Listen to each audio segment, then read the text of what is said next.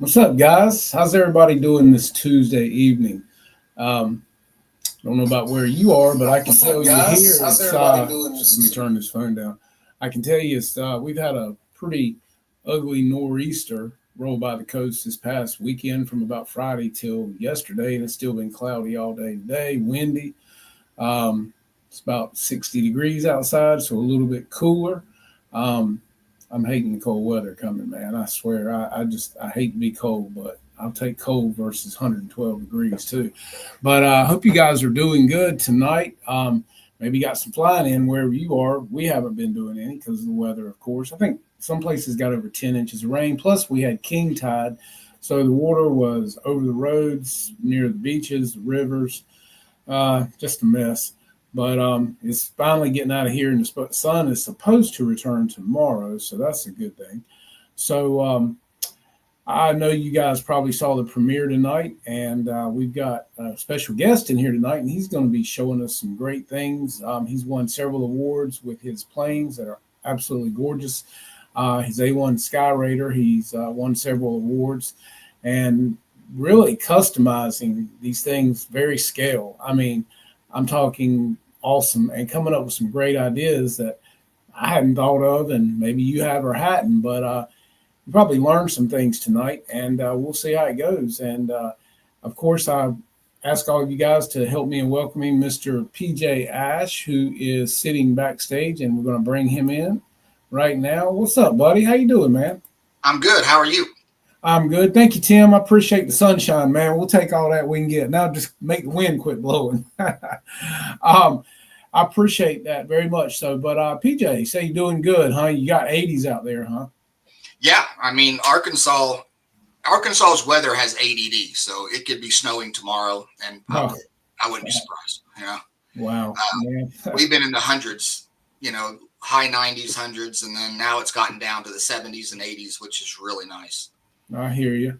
So I'll Well, take like it. I said, it's gotten a little cooler here. It's supposed to get down in the 40s here, I think, by Thursday and Friday night, but be back in the upper 70s, close to 80 by the weekend. So again, they say give it 24 hours here in North Carolina, and the weather will change. So it looks like you've been a busy bee lately, man. You're working on the T28 model from Legend Hobby, right? Yeah, that's the most recent one.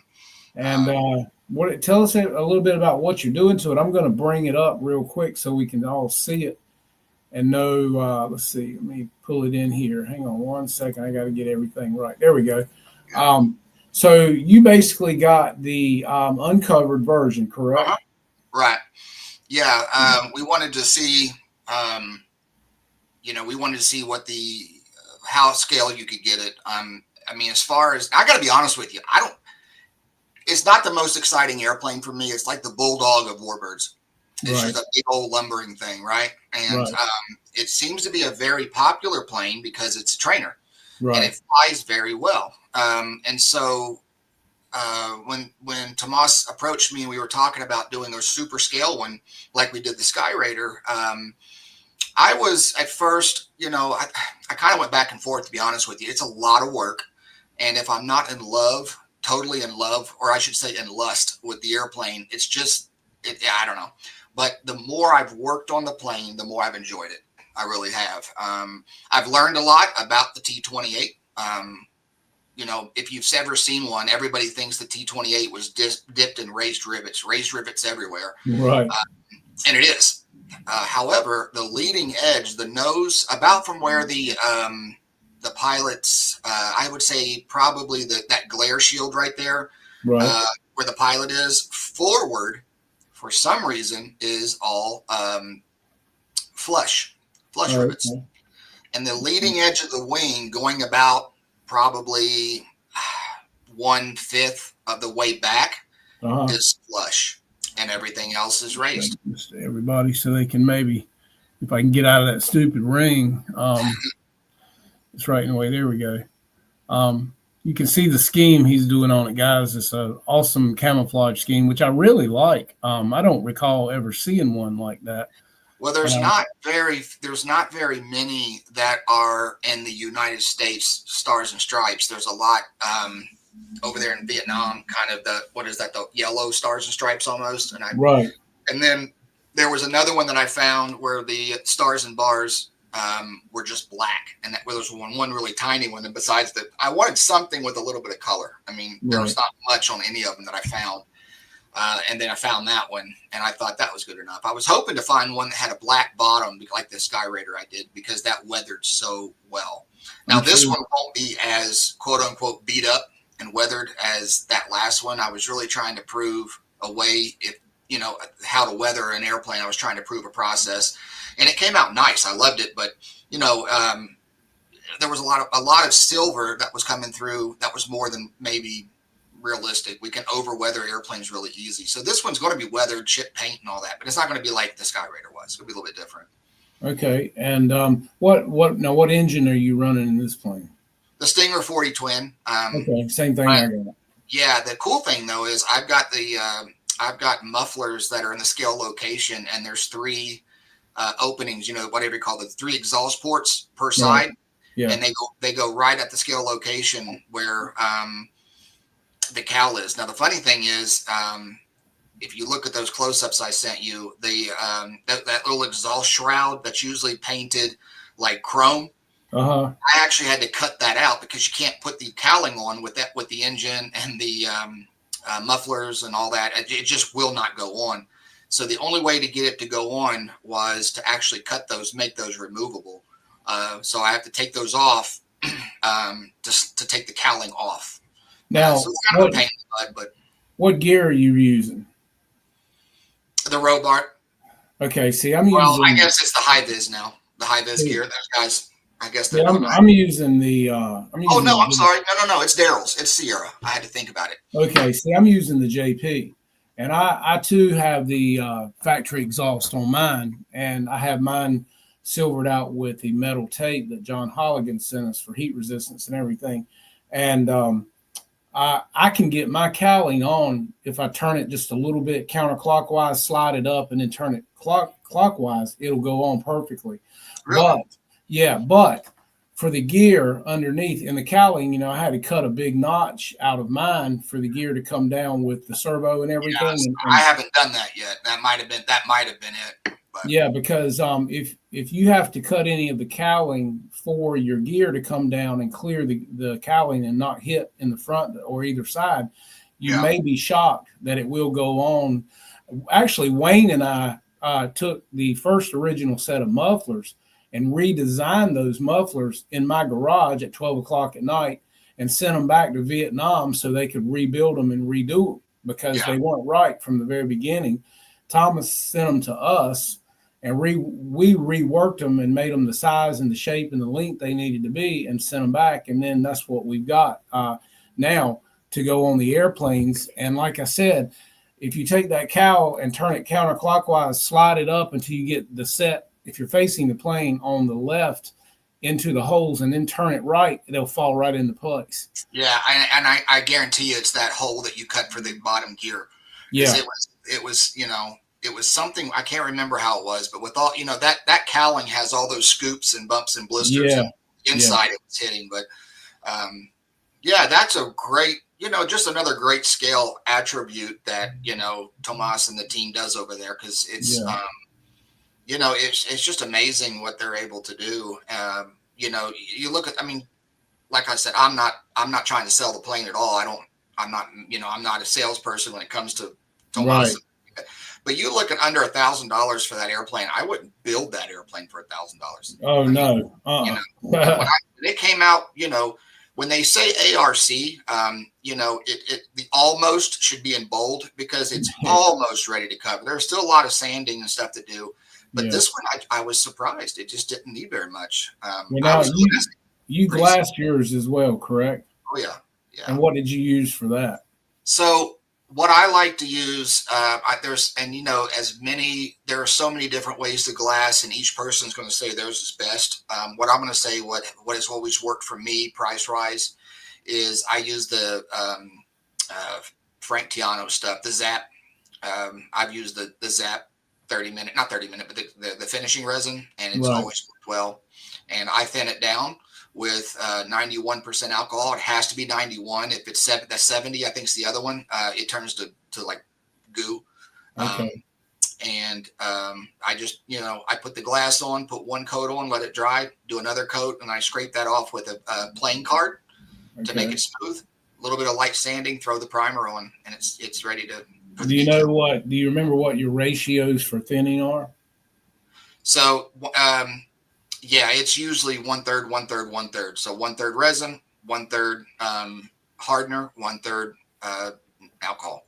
Okay. And now on the first coat, that's all I'll do. On the second coat, I actually will add micro balloons. Okay. And the reason I add micro balloons is, the idea is the first coat, you're actually soaking the glass, and that's going into the wood to try to make it, one solid piece. Right. And that's why when it dries, you see you kind of see the ripples in the glass. It almost looks like fabric almost, right? Right. Because you got the glass laying on top of it. So when I put the second coat on, what that's doing, the micro balloons is actually getting into those little fabric spots, those little divots that the fabric makes. Okay. And when I sand it, it sands so well. And so my sanding, I sand with, I start off with 220. Okay. Now I'll tell you something. This is a little scale. Some of the people might not know about this, but have you ever heard of the Mouse sander? Black and Decker out with a little triangle sander, right? You plug it in, about $50. Harbor Freight sells those little bad boys for $19. Wow. I have two. I always have two in the shop, and I always have one in the box because I know I'm going to go through them. And this is why I use one for dry sanding and one for wet sanding. Can you wet sand with the Mouse? You're not supposed to. But for $19, I just add that to the cost of the airplane. I mean, I can probably do 2 airplanes before it gums up and calls it quits, and I throw it away and get another one. Yeah. But what I love about this is I'll put the primer on. How many times have you sanded primer and within a couple of things it's gummed up the sandpaper, right? Right. Yeah. In the sandpaper. So what I do is when the it's primed and it's ready for your first coat, it's got to be Windex, and I call it cheap Dex. The Walmart, dollar store, the cheaper the Windex. I just use Windex because that's like, hey, I want a Coke. What do you want, a Coke or do you want a Pepsi? And everybody says it's the same. So, right. I just the cheapest one you can get. Don't spend a lot of money on it, but the Windex has some soap, and the Windex has something in it that's designed for it to evaporate quick, like with glasses. Okay. So I'll spray the wing. I'll spray about half of the wing, and then I put the 220 on the Mouse and go to town. Okay. And you're going to get the first couple of times you're going to get a lot of sandpaper. I get a lot of paper towels because the first time you're going to have to it'll gum up, but it doesn't gum up on the Mouse sander. It'll gum up on the wing, and you just pull it off. Okay. Now, when you see it on the Mouse sander, just take the Windex and spray directly on it while the Mouse is running, because it'll look like it usually does when you dry sand. But the second it hits, it just all goes off. I've used one piece of 220 sandpaper for that whole airplane. Wow. Yeah. Wow. And so the wet sanding is just perfect. And what I'll usually do is I'll wet sand it down. And of course, that first coat will show you where all your mistakes are, right? You spray that. I use cheap primer, just the stuff from Walmart, because I mean, you can use expensive primer.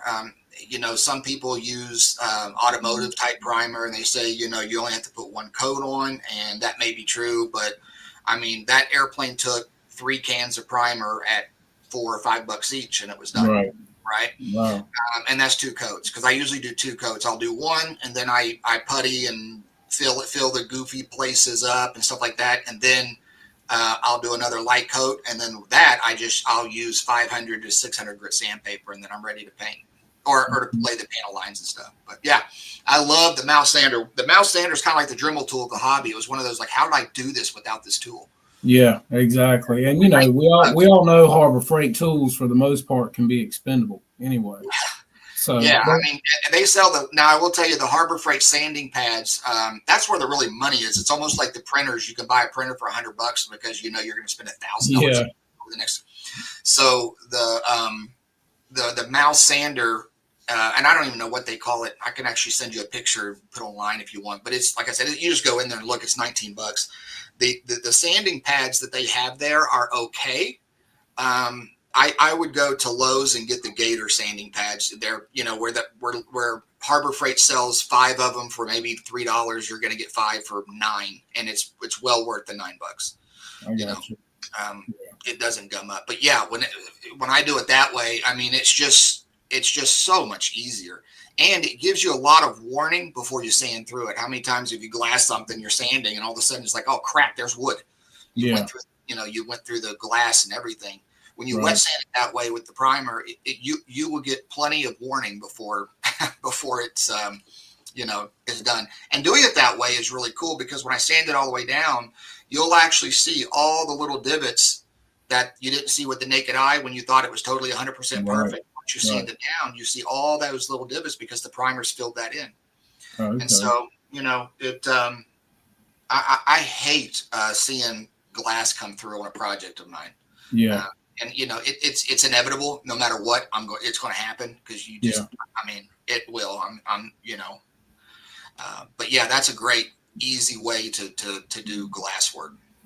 And like I said, I love the camo scheme on this, man. I'm a camo person, which Arctic camo is my all-time favorite, but I do like the green and desert camo together as well. And you were saying earlier that you used a lot of airbrush for that as well, right? Yeah. So believe it or not, that's rattle can. Okay. It's two different greens. There's OD green, and then there's a forest green, which is a darker green, and then the tan. Okay. And what I use is, so what I'll do is I'll use a pencil and I'll draw out the camo based on the 3 views or whatever I have, right? Get it to where I want, and I'll put G, DG, and tan for T, T for tan, right? Then there's a tape that the automotive store guys sell. It's expensive, but they sell it as door jam tape. So it's a tape that's foamy, like a foam circle, and it's designed to put it in the door jam of a car. When you shut it, then the paint won't get in there, right? It's like a foamy. It's, imagine like a tube with sticky stuff on the bottom. Okay. What I do for that is I will follow the line with the foam, and then I tape off the area I don't want painted, and then I just use a rattle can about 12 inches away. And what that tape does, it makes it a soft edge, so it's not sharp. Right. So it gives it a little bit of a blend. It's not perfect, but what it does is save me a bunch of time, because either I'm going to do it that way, or I'm going to do it with the small airbrush I have and take 5 weeks to paint it. So I go over the rattle can, get it. When I say get it close, right? Get the lines the way I want. So what I did is I sprayed the tan first, didn't tape off anything, and then I always start light to dark, and so did the tan first, then I did the OD green, and I taped off everything, and then laid this we'll call it soft edge tape right on the same lines, and then I shot the OD green. Then I covered all the OD green and the tan and did the same thing and shot the regular green. Take all that stuff off, and now you have it. There's going to be some blemishes. There's going to be some areas where, you need to, but the idea is to do it that way and then go back and clean it up with the airbrush. And then you can get the line as soft as you want with the airbrush. And the airbrush, you're going to see a little bit of discoloration. If you zoom in on any of those pictures, you'll see right on the edge, there's some discoloration. But that'll all go away once I put the clear coat on. Because, it looks really good. I was trying to see. Okay, so here's one right here. And I'll try to get in on this again, and maybe you can tell us. Yeah, right above that flat area where the big hump is, and right towards the leading edge, you can kind of see where it's a little bit lighter right there on the edge. Yeah. And that goes away once once I weather it, and then I clear coat it. That all goes away. The clear coat makes all the paint match. Okay. Somehow. But and again, if you look at some of the full scale, I was at an air show. They had asked us to perform at an air show, full scale air show, and there was a C-17 Globemaster that had two shades of gray on it, and you could see the same thing. You could see the exact same thing where they were using probably a larger airbrush to do that. A lot of the older planes, the lines aren't crisp. They didn't have the really time to do that kind of stuff. Well, no, the invasion stripes were painted on with a mop. Wow. Okay. And I've got pictures of B-26 Marauders where guys were standing on top of it with a mop with white paint doing the white. Another guy was doing. They were doing them so quick. Wow. Yeah, we tend to make these a little bit more perfect than what they were, but I kind of try to go in the middle because, again, like I said, weathering this, the Sky Raider is designed for close area support, right? So that's why you hang all that crap on the wing, depending on what the mission's going to be. And they're going to be flying, loitering over an area until guys on the ground says, hey, come down here and shoot something or blow something up for us. And then they're going to go down there and get beat up by anti-aircraft fire, anybody with a gun during Vietnam on the other side, even a pistol shooting at them. So there's a lot of weathering, a lot of chinks and nicks in the armor, if you will. And so, but the T-28, this one, the one I am doing, did fly during Vietnam, did fly over there, but it didn't. It did maybe bombing. I mean, it's a slow lumbering airplane, so it makes a great target for the other guys. So it didn't get in the soup as much, and so therefore, like I said, I'm going to do a different type of weathering where, if you look on full scale planes, a lot of times where the panels come together, they rub and chip paint off, and that's I'll do a little bit of that, and of course the exhaust, because the exhaust goes all the way down the fuselage. Right. And then I'll do what I do when I weather jets. I've been really getting into the oils and doing that because the oil will pick up the rivets really, really well. Yeah. Well, and a lot of guys, especially in modeling of the plastic planes for using the chip off effect, they use a lot of like hairspray, you know, and they'll put tape on the plane and peel the paint off where the hairspray is, and it looks like the paint's chipped off. You know, that's pretty cool technique. The one technique that I like the best, I did it with that one, it can be kind of messy, is I would actually use Vaseline. Oh, okay. And just plop it where, just in different areas, and then paint. And when the paint dries, you just wipe it off, and the areas of Vaseline's 100% silver. Wow. And that looks really good. And the other thing is that at the line between the Vaseline and not Vaseline, that line can be kind of, I don't know how to say it, it's not adhered real well. So when you wipe it off, a little extra will chip off, and it just, as long as you wipe it during, with the airflow. Right. And that's how that Sky Raider came out so nice. And I told a couple of guys about it, and they emailed me or called me, and they were laughing, but was calling me some choice words because it's very messy. It's Vaseline, so it's very messy to clean up. Yeah. The other thing, that the way I'm going to do this, like I said, on the leading edge of a cowling is usually where you see a lot of little tiny micro because rocks and crap hits, right? You see that silver sprinkled all the way over there. Right. So how I'm gonna do that is I get it's 4 zeros, 0 0 0 0, right? What's that called? The little metal pads. You know what I'm talking about? They're like Brillo pads. Brillo pad. That's the word. It's late. I'm tired. So the 4 zeros is the smallest fiber. And I'll take that and I'll spread it apart, and then I'll spray it with silver and just dab it.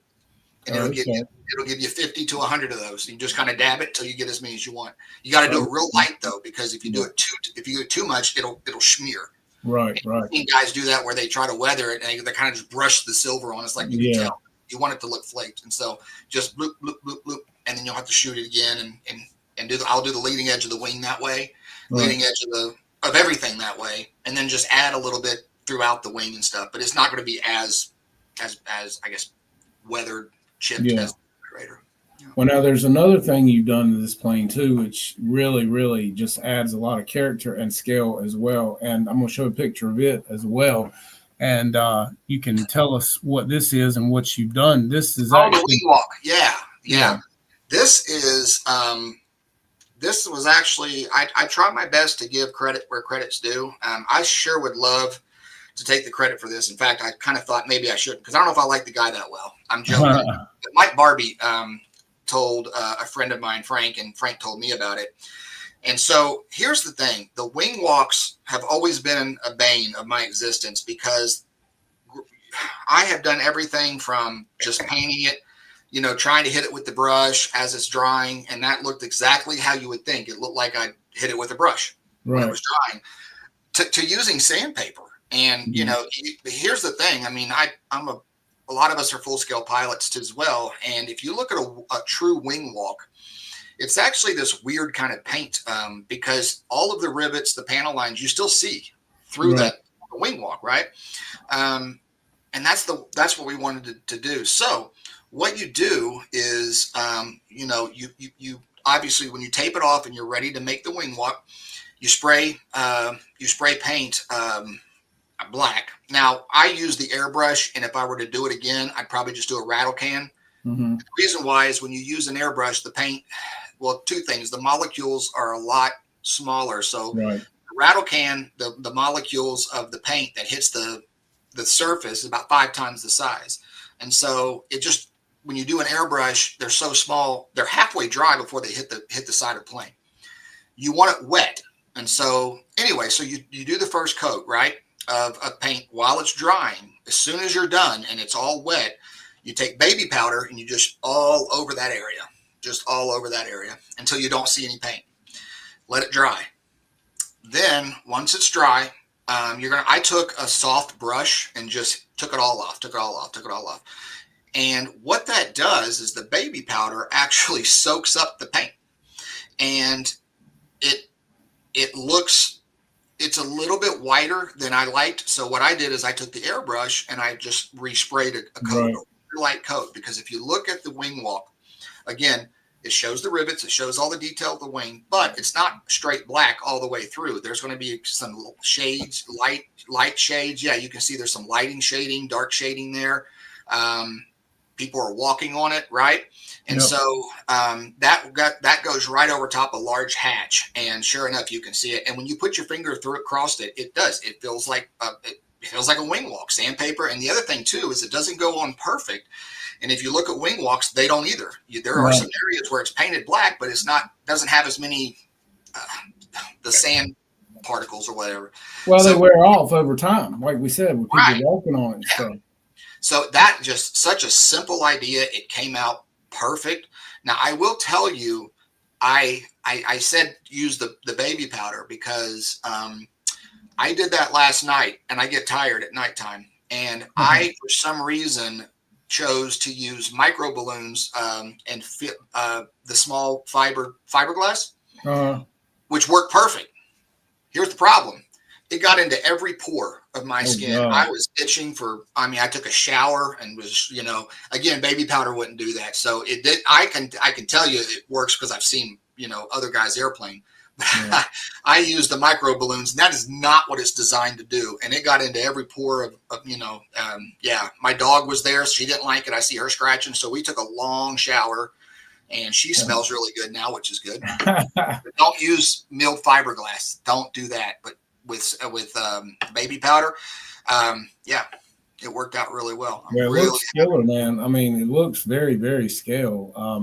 The picture, normally something's going to look better in person too than it does in a picture. Oh, it's nuts. I mean, and it's crazy because I'm more excited about the stupid wing walk than anything else in the airplane. And, people who aren't scale nutties are like, but look at all this, look at the camo. Look, I'm like, yeah, but I know how to do that. I didn't know how to do this. And I tried it for the first time, and it's like, wow, that's right on. And I'm excited about it. There's a new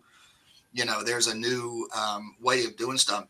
One of the things that I'm going to probably start doing, and I've just had too many people ask to do it, is I'm going to start building videos of how to do this and showing people exactly step by step. Here's the process. Here's what you need. Yeah. That'd be because great. Yeah, it just takes time, but I think it's time. Yeah, I think it's time to be able to do that. I bought a bunch of stuff for like a studio so I could set it all up and use it. And now with AI, I've been using it on the work side, but with AI, I can have AI design the video. Right. And I've subscribed to an AI program. So before it takes us all over, it's really helping me out. So yeah, it does make things a lot easier a lot of times, especially for editing purposes and things like that. Yeah, I just download the video, throw it in there, and say, "Hey, can you make it, this long? Put this kind of music in it. I'm trying to show this." And it takes maybe 5 minutes or so. Yeah, and I might need to change a few things, but Yeah, it cuts back several hours if you're editing a video from front to back and putting in everything. It really does save a lot of time. And it's a shame we don't have it to help paint our airplanes with.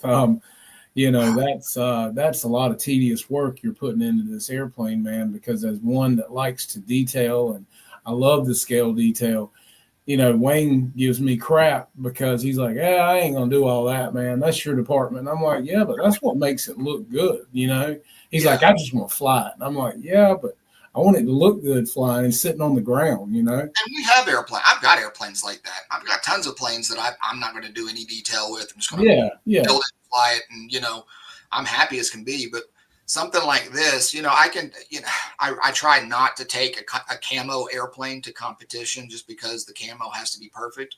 Yeah. But I can compete with this in a lot of scale contests where they're not going to judge that. And absolutely. Yeah. Well, and like we said earlier, all the lines weren't crisp on the real ones either, you know? No. Yeah. And, for to those me, out there, it's more scale. Yeah, and for people out there, because I get a lot of people ask me about competition and scale competition. For those out there that are thinking about it, this would be a perfect airplane. Tricycle landing gear, big, fat, slow, relatively compared to other airplanes, right? Very forgiving on landing. Look how high it sets. Crosswinds aren't going to be an issue. It's an overall great platform. If you're into warbirds, yeah, it's a good platform to use. And there's so many schemes out there. Oh yeah. Jay Custer was asking, where do you go to see your planes? Do you have a website? So this is another thing that I've been asked to do. Over 20 years, I have downloaded, put in files, all these websites for all these airplanes. And there's not a single place to go that has everything, you know, every airplane. And so to answer his question, I can answer because there's been so many planes, but for this airplane, I would go I started off with searching Google T-28 Trojan. And of course, nowadays there's so many hobby versions of it. It takes a lot to look through it. And so what I usually start off with doing is T-28 Trojan walk around. Okay. And when you put the term walk around, if that came from those magazines that come out through the modeling guys, Squadron magazines, they would do walk around series. And so that's been used a lot. And so I just used that. So when I typed in T-28 walk around, I got a couple of sites from the plastic model guys. And there was a site that has T-28s, has about 3 or 4 of them that somebody would go and do, snap pictures around the airplane. And I said, I like that picture. I'd save it, and I have a file that's T-28. Oh, I like that picture. I have a file, And so as I do an airplane, that's what I do. And so when you're looking up the airplane, and then, when I was trying to find a color scheme I liked, I just typed in T-28 Trojan camo, and I found that one. And then when I find the one, then I get the tail number. And then I, or the squadron number or something like that. Or, like if it's a P-51, a lot of times they'll say it's, hurry home, honey. So then I can type in P-51D, hurry home, honey. Bam, I got tons of pictures, right?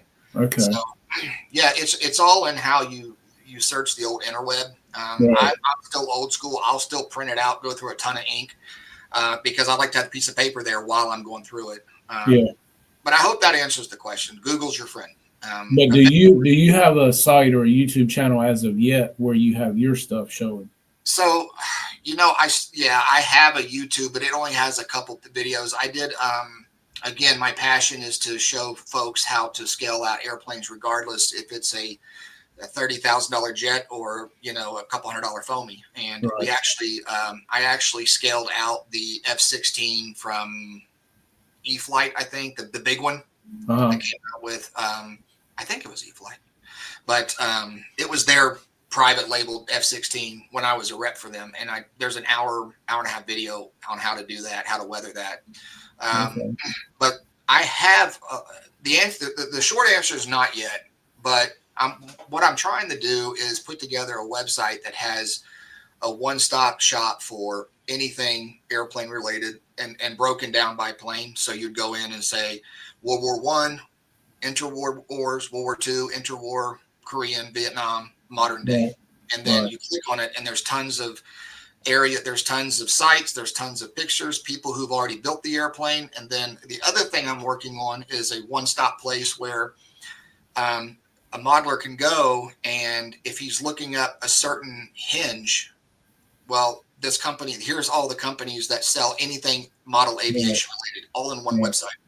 And so, anyway, I'm not ready to announce that because I'm working with all of the companies, but companies will be able to, if they have products for sale, be able to use it through that. But the idea is it's not going to be another RC Groups or something like that, because those guys do a great job, and we don't need more of those kind of things. But an idea would be of the idea that I have is to be able to go in and when you go to the website, like for instance, if you need a canopy for a 1/12 scale ME 109, where are you going to go? Right. Most people don't know. Well, I know, and that's the thing. I know so many people in this hobby. There's a guy, he owns a company called Park Flyer Plastics, and he's got about 300 canopies. Wow. Everything. I bought an estate out a couple of years back, and in there, and I can't remember the name of the company, but it was the Long Easy. Mm-hmm. It's an 80-inch version of that, 1/6 scale. The guy already built it 100,000 years ago. The canopy was all brown, disgusting.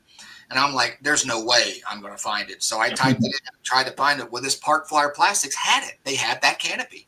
Wow.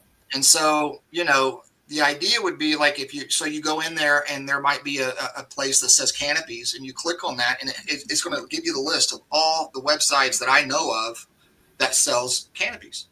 Huh. How about this? There's companies now that do fiberglass parts for every single ARF out there. Every ARF out there. And wow. There's about 5 different sites, Fiberclassics to there's just so many. And the idea would be, to be able to have different searches, because a lot of guys they don't have the time to do the research. And so if you have a site where it has the research for the scale stuff, and then buy things, it's a lot of people say, well, I go look on Tower and I go look on Horizon. Well, those 2 platforms are good for noob and beginners. Yeah. And they do a fantastic job. But guys that are doing this kind of stuff, who all makes a T28? Well, before Legend, there was Platt. Platt had a T28. That Byron, I know that a company, Meister Scales, is making a version of the Byron T28, and then there's that $3,500 one. Right. Yeah. If you want a P51, but you're not really sure, you want it kind of to 80 inches, wouldn't it be cool to go in there and say, hey, I'm looking at P51, 80 to 90 inches, boom, there's Jerry Bates, there's Top Flight there. And so I think it'd be kind of fun. It's just going to take a lot to populate. Yeah. Well, it's a good resource too. It's as good as it narrows down the search right there, which is really good. And then can send you where you need to go rather than you searching the web, like you say, for hours trying to find the one thing you need. So I think it's a really good idea. And then, of course, there would have all the scale techniques, would be videos. And, I would also ask other people that are in the hobby that have done it a lot longer than me, probably a lot better than me, to say, hey, could you do this, or would you be able to show it? So, it's not just up to me to do it. It'd be a site that's like, I think it's going to be kind of cool. It just takes a while to populate. Yeah, well, see, and I'm a visual person. If you can show me something and I can see how it's done, I can do it. But if I got to read how to do it or try to search for it, that's where I get like, the heck with it. You know what I mean? And that's why YouTube is one of my go-tos to do anything, because somebody on there can typically show you or tell you where to do it or how to do it, and I'm not scared to try anything if I got somebody good right there showing me, and I can rewind or listen to it again and watch what they're doing, and typically if you search for something, you may not like the first couple of people or their delivery, but you will normally find somebody you can relate to that you can enjoy watching and listening to, Yeah. Oh, absolutely. That's what I love about it, man. And again, and I am trying to capture other people's videos. It's just, calling or emailing saying, hey, I like how you did this. I'd like to put this on my website. Are you okay with it? And make sure legally you have all that correctly done. So somebody doesn't come after you. There's just a lot. Like, you talking about the baby powder thing. I did a Corsair video. It was 2 or 3 parts long on the Flightline Corsair from Motion. And I did it in the Baba Black Sheep scheme. And all the panel lines, most of the planes that came from the South Pacific, all the panel lines had salt creep in all of them, on the blue. Yeah. Well, I went out and bought a packet of all different colored chalks. And you can take chalk and on a piece of sandpaper and hold it over a bowl and get chalk, and then I put it in the lines, and then took a real soft makeup brush and brushed over it. And what stayed in the lines stayed in the lines after I got the wing and all the color I wanted, and then cleared over it. And when I cleared over it, man, the chalk stayed right there in the panel lines, and it looked just like the picture that I found online, you know? Yeah, that's awesome. Chalk is a wonderful thing for doing a lot of stuff too, especially if you get the square sticks of chalk and you just keep, doing it down into a bowl and catch it. You can dip a makeup brush in it and put it where you want it, and it'll stick pretty much and stay. And it'll fill panel lines and it'll bring out the details really well. And then if you clear over it or whatever, it doesn't go anywhere, Yeah. So I've got a Plano, those fishing tackle boxes that are about like this, and they've got the look, they're clear. I've got one of those that has black and then 4 or 5 different shades of brown, 2 shades of gray, and white chalk. Yeah, I did that too. Just took the time to do it, and then I can dip the brush like around the landing gear where oil and crud gets. That I just painted the gear. Now it's hard to do that with chalk with a gloss paint, but you still can. Yeah, still 99% is going to come off, but you only want that 1 to 4% left. That's right. Yeah, you don't want a ton of it anyway. You almost want it to look not transparent, but you want to be able to see it. Yeah. Yeah. And that's what I like about the chalk, and it rubs off the flat surfaces pretty much with a makeup brush everywhere else, and fills in the line. It works really well with flat. Yeah, it does. And see, that plane was actually flat, flat blue. And so I had to paint the belly and the nose art and everything on it. But it's gotten a lot of views on YouTube. People really liked it because I wish that plane had come in that scheme anyway. It just came in the flat blue, Yeah, but you made it yours, right? Exactly. And the fact of the matter is, if you look at the hobby, a lot of the scale, a lot of the older scale guys, we got these foamies and that's all we see at the field and stuff. Well, the hobby's changed so much. In fact, it's drastically reduced in participation because there's other things that take our time, and the technology of, I love the flight simulators out there, and they're fun, like the DCS and stuff like that. I play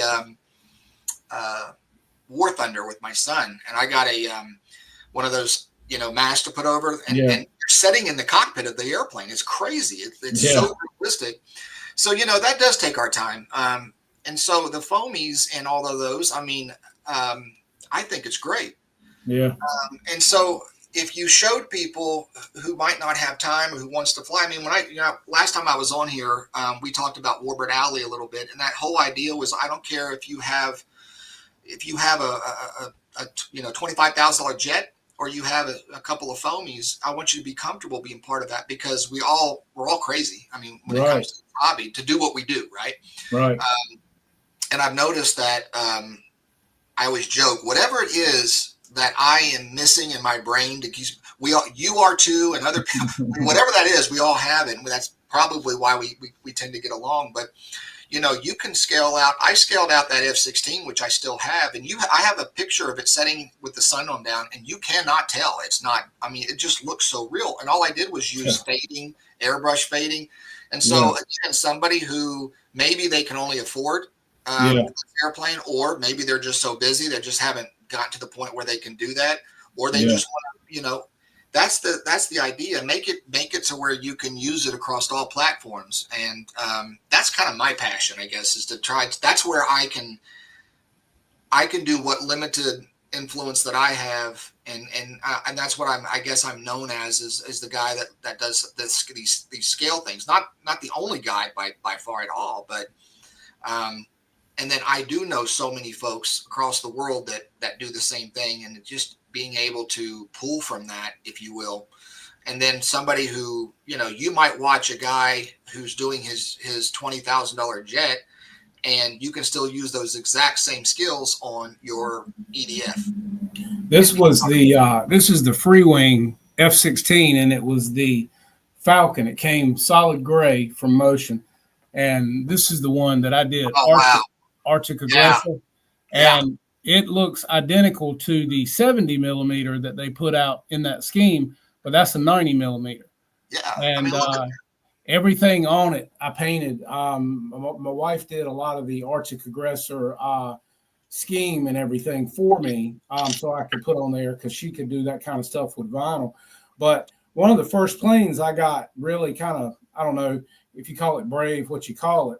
Let me see if I can turn this phone over so it does what I want it to, and if I can find the picture.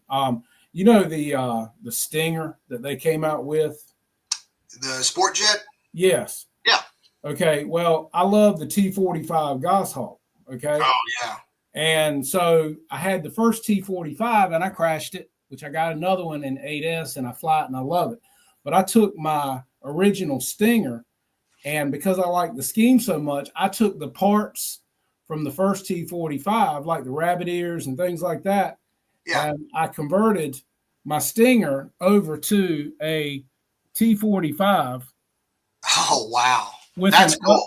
With an upgraded EDF, and that thing will rip, because it was fast to start with, but then I upgraded to a faster EDF, bigger ESC, and people see that thing fly, man, and it will rip.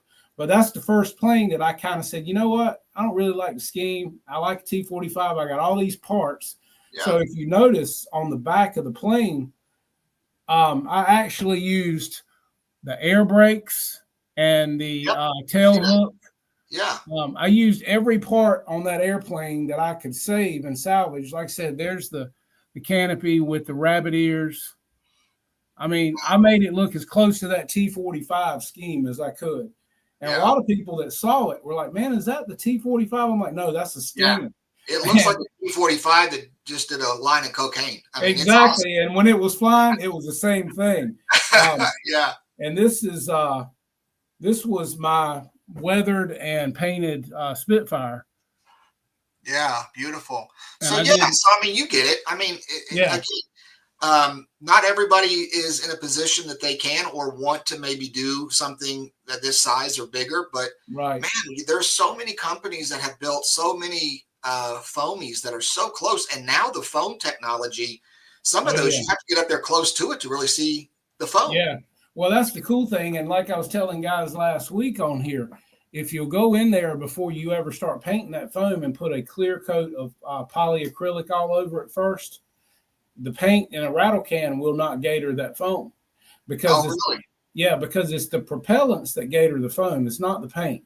Okay. And if you put a clear coat of matte or whatever polyacrylic on that plane before you ever touch it with a rattle can, it will not gator at all.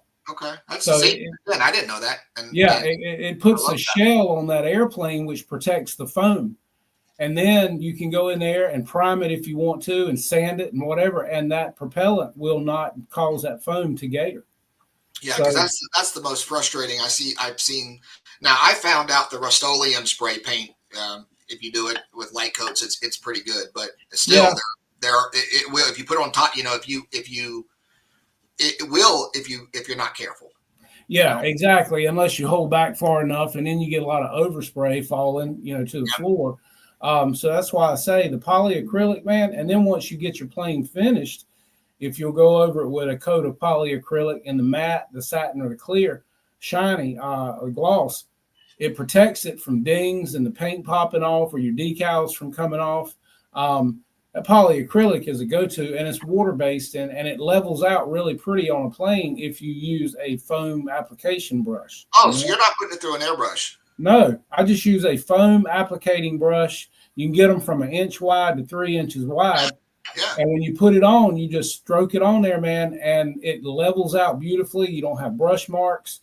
You don't have any imperfections, and it'll dry to the touch in about 20 minutes, which is really nice too. Yeah. So how long do you have to wait till you can paint it? Well, like I said, now what I'll do, I speed up the process because I'll take a blow dryer on warm air and I'll heat up the polyacrylic, from a distance and just keep moving it. And within 10 minutes, you can touch it and everything, and it's not tacky anymore. And then within 20 to 30 minutes total, I'll go in there after I've possibly cleared another wing or a piece of the plane. I'll go in there and start putting my primer on, Gotcha. And then like you said, once I get the primer on, the foam is not gator. Then if I want to go in and spackle, fill in foam release areas or sand them down or whatever, so you don't see the little dimples where the foam, was attached to the mold. That's a good time to do that. And once you get it smoothed out and any imperfections spackled, then you can go back in there and start putting another coat of primer, and you're ready to paint after you lightly sand all that. So a lot of my planes, man, they're you can't tell they're foam after I paint them. Yeah, that's so cool. I did a jet for a guy, and it was called the Flying Dragon. It was L39. Yeah. And that plane, when I got done with it, you could almost see yourself in the reflection of it, because not only did I do all of that to begin with and to prep it, but then I painted it with 2 or 3 coats of this high gloss, really pretty, like blue metallic that he wanted. Put the decals on, cleared it like 2 coats of clear. And then, I mean, like I said, you could stand and almost see your reflection in it. You could not tell it was foam. That's awesome. So that's pretty cool. And when I got done with it, he liked it so much. He said, well, you know what? I'm going to let you keep it because I'll never fly it. And I said, why? He said, because I'm scared I'll crash it and it looks too good. I said, well, man, you got it done to fly. He said, yeah, but I'm scared to death I'll crash it. So, and that plane, it turned out amazing. I've got numerous pictures of that one somewhere too, because we carried it out to the tarmac at my friend's, where he flies his real plane out of. Yeah. And took pictures of it with it sitting on the tarmac. And I had it beside my AL-37, which was painted with a Stormtrooper scheme. Yeah, I remember seeing that. Yeah, and I mean, in the pictures, they look like real planes sitting there on the tarmac. I mean, you could not tell they weren't real. So I have an AL-37. I actually had the first one that I had. I did it in the U.S. Air color scheme, but the old retro with the orange and brown. It was, this U.S. Airways. Yeah. My dad flew for U.S. Air, and it came out fantastic. And I actually flew to Top Gun in the EDF thing. We had a ball with it, and then a friend of mine was flying it and asked if it could roll. And I'm like, I don't know. He tried to roll it. Guess what? You can't roll it. Yeah. Yeah. Well, and I guess he froze or whatever, but he full throttle into the ground. It was amazing. Oh, God. He felt so bad. He bought me another one. It's still sitting in the box, but I was like, am I going to do another retro? Am I going to do, Well, I've got a friend of mine. He flies different planes, but he's also the guy that we carried it out to the tarmac. He flies a real Cessna, and he teaches pilot lessons and everything else too. But he's looking at getting either the white AL-37 or the new E-Flight A320. Well, that's a nice one too. Yeah, but he wants it in white because he wants to do the old Piedmont scheme on it. Oh yeah, that'd be pretty. And he asked me. He said, if I get one or the other, will you paint the belly for me? And if I get the decals, will you help me? I said, yeah, I'll help you any way I can, man. I said, and we'll make it look like a true Piedmont plane. And he said, well, I like the AL because it's bigger. It doesn't come apart as easy. He said, but I said, man, if you do a few mods on that plane that I tell you to do, I said, you'll like it better because it's just a bigger plane. It's got a better presentation, Yeah. And I put the uplights on the vertical stabilizer shining on the Stormtrooper on the back. Yeah. I put the cockpit lights, and I also did a mod on mine because you got to put the main gear down to get the wing on. Yeah, that's frustrating. And so I went in and put an extra lead coming out of my gear that I could plug into a servo tester on the table, put the gear out, and then slide the wings right on and put them right back down. You see what I mean? I need to talk to you about that because that was one of the most frustrating things for me was doing it. And that's a real simple mod. If you just go into the board, you go into the board on the wing and tap into the gear. And once you do that, you run a servo lead and leave it long enough where you can tuck it up in the wing when you don't want it, and then just pull it out at the field, plug your servo tester in, hit the button, and the gear comes out, Oh, yeah. So, yeah, because that's a pain trying to have it upside down where the screws go, put the battery underneath, have it hanging down. Then you got to put get the wings where they need to be, put the gear out. I mean, I said, man, I ain't doing this every time. Right. I just did that mod, and I had some servo leads laying around from old servos that were blown or whatever. Cut them off, use that, man, and that does the trick, Yeah. So that's awesome. But yeah, it's amazing what you can do with any. I mean, and that's the nice part with the hobby. You can, like you said, you can get a $50,000 jet and customize it, or you can start out with some of these nice foam planes, customize them, learn how to customize, and then only move forward from there. Yeah. Yeah. and make it your own. That's the cool thing, is make it your own, and it don't look like every other one sitting out there, you know? Exactly. You know, we could have 10 of us buy. I saw on, is it Hobby King? Maybe there's somebody came out with a new Spitfire. I love the Spitfire. Oh, I do too, man. Yeah, they came out with a new one, but I like the early model, and that's what this one is. And I want to say Hobby King is selling it, but anyway, I was on RC groups goofing off, and I saw it, and I'm like, no way. My point is, we could have 10 of us buy that airplane and have 10 totally different looking Spitfires. Absolutely. You know? And well, there's I tell you, man, I have looked many times, and you may know something about it, but I have looked and almost clicked that button numerous times on that Phoenix model Spitfire, the big one, you know? Yeah. I've heard the gear aren't real nice on it, but you can fix that. But it comes with the gear. And I've seen one in person, and that is a beautiful, it's got the camo, just like the one I just showed you of the Flightline. Same camo, but I put the invasion stripes and everything on it. But that is a beautiful looking model, man, for the size it is. It flies good. That's what the guy said until the day at our event that a guy with a 3D plane, and he went boom like this, and both planes went to the ground. Yeah, that doesn't matter who makes the airplane then. Exactly. And but they were both pissed with each other, because one said it was his fault, the other said it was his fault, you know, and everybody went home and got their stuff and left mad. But he had a lot of money tied up in that plane because he had a nice engine in it too, man. Yeah. Oh, that hurts. So, that does hurt. So, well, it's like what your friend said when he decided to give you the L-39. You know, and I have done this before, especially with the really expensive jets. You know, the worst thing that can happen is somebody says, "Hey, would you be willing to sell that?" And I'm like, "Well, no." And they say, "Well, would you take this much?" And then now it's like, "Well, crap, I could get that much money for this airplane. I didn't know I could get that." Because I mean, a lot of people, especially on the jet side, they have the money. And if they want something and they see that it's a one-off, or you scaled it and this and that, they'll pay for it. And then, so I've always said to myself, if there's ever an airplane that would absolutely devastate me if I were to lose it, I'm selling it. Yeah. You know, I'm never happy about crashing, and it's always a bummer. But it's like we said earlier, you know, the more effort you put into these airplanes, the more the pucker factor goes up, of course. Yeah. And then if you do booger it, you can't just go buy a part to fit it back. You got to repaint that part, make it look like the rest of the plane. So again, you got to kind of start with that piece from scratch again, you know. So the pucker factor does go way up. But like you say, if I'm going to fly something, I don't care if it's a maiden or the 100th flight. I want it to look as good on the maiden flight as it does for the rest of the time, you know, until I do crash it, you know. I mean, because we all know they have an expiration date. I was just trying to see. I did a plane for a guy too, an L-39 in the Britling scheme, the gloss blacks with the gold lettering. And that one, you could see yourself in that because the paint looked wet. I put so much clear on it, it looked like you could dip your finger in it. And he said, "Well, I'm not going to fly it when you're done with it. I'm just going to use it as a display." And I said, "You're not going to fly the damn thing after all this time I put into it?"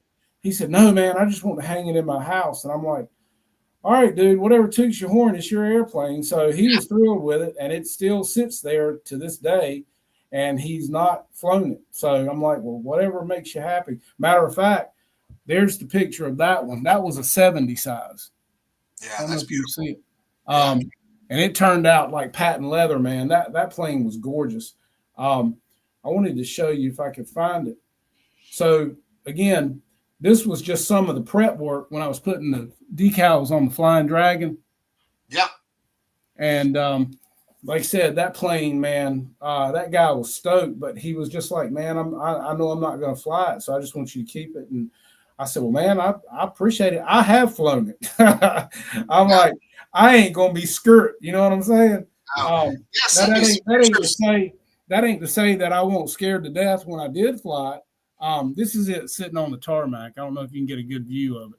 Yeah, I would like to have a better. If you could shoot me an email with some pictures of that stuff, I'd love to see it. Okay.